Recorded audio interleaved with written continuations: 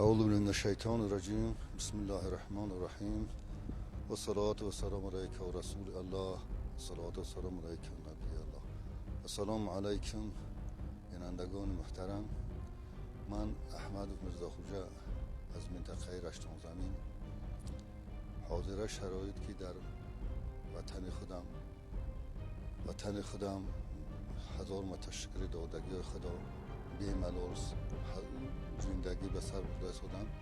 نیکی یک چیز ما رو بی‌طرف نماند که ما باید که بیاییم در این کار دخالت کنیم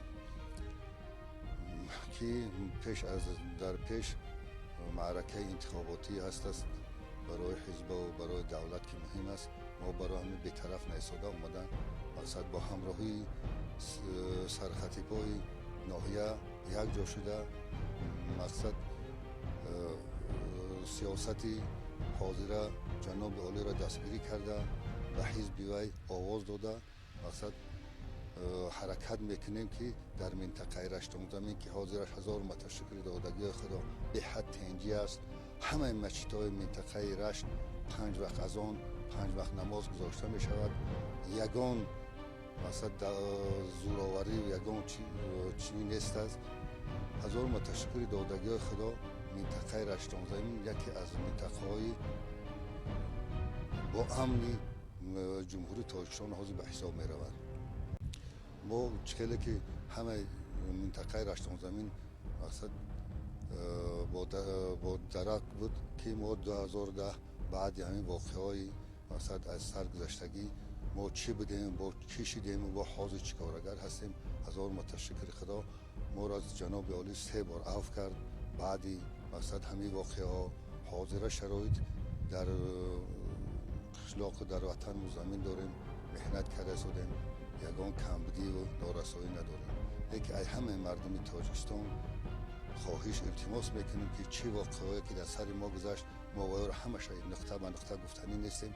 لیکن ای همین کارهای ما درس عبرت گرفته و همین کارهایی که پیش بودن و مقصد دست نزنن. حاضر شرایطی که در مقصد گرد اطراف رسپوبلیکای ما وطن ما مقصد یگو کار بار نوتنجی رفته شده است.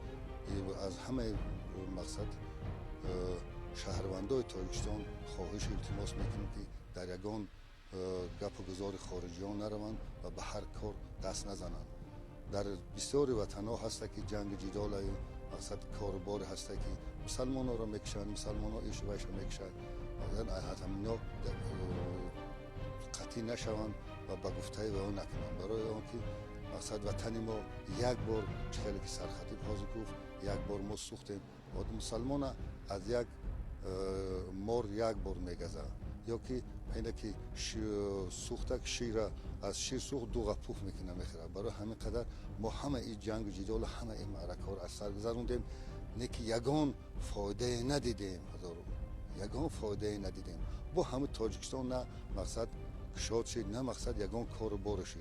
هم تاجیکستان بود همون ایستادگی نه که زلالش به ما بسیار رسید که از مسئله زواد فابریک همه این چیزا به دست سوختیم نابود کردیم. همین زیانش اقتصادی به ما رسید که حاضرش مقصد نسبت به دولت‌های دیگر کم غلطه زندگی داریم. نه که هزار متشکر با رهبری همین جناب عالی خدا خواه ان شاء الله حاضرش که 1 سال 2 سال تنجی باشه و یگان پرابلم در تاجیکستان نباشه. از این بحران اقتصادی خدا خواه به سرداری همین مقصد مرد بزرگ از اینا میبراییم. برای همه قرار از همه مردم تاجیکستان التماس خواهش میکنیم که از ما درس عبرت بگیرن به همین کارا دیگه دست نزنن.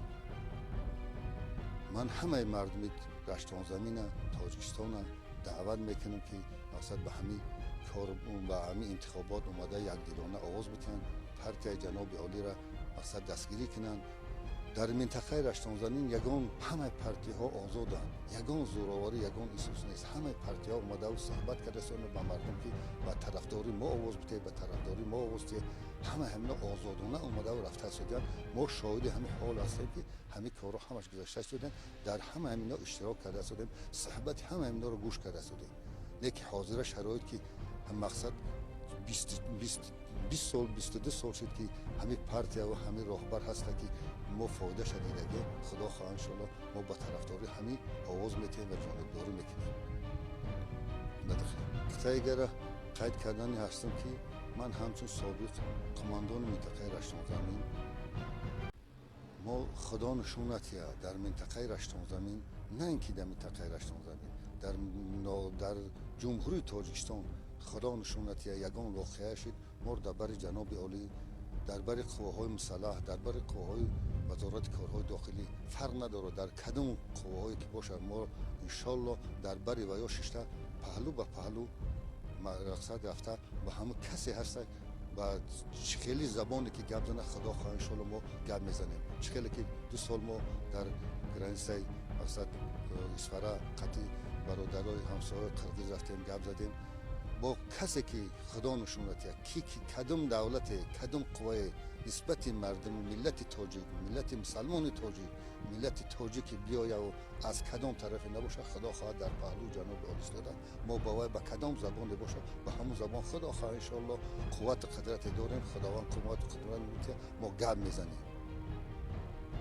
یک نقطه دیگر من قید کردنیم که جناب عالی در پیام خود آخران گفت که مقصد کسی که جای نماز میدوزه و نماز میخونه در حق تنجی مملکت دعا کنه.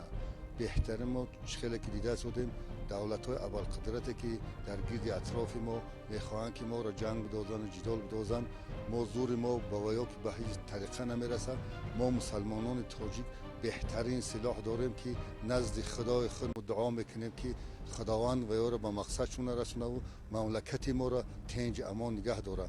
من از همه سرخطیبا و مسلمانای تاجیکستان مقصد التماس خواهش می‌کنیم که بهترین سلاح ما نزد خداوند دعا که در حق ملت تاجیک در حق تنجی وطن ملت تاجیک در حق جناب عالی دعای نیک بکنیم که خداوند ما را از همین بلاها نگهبان باشد.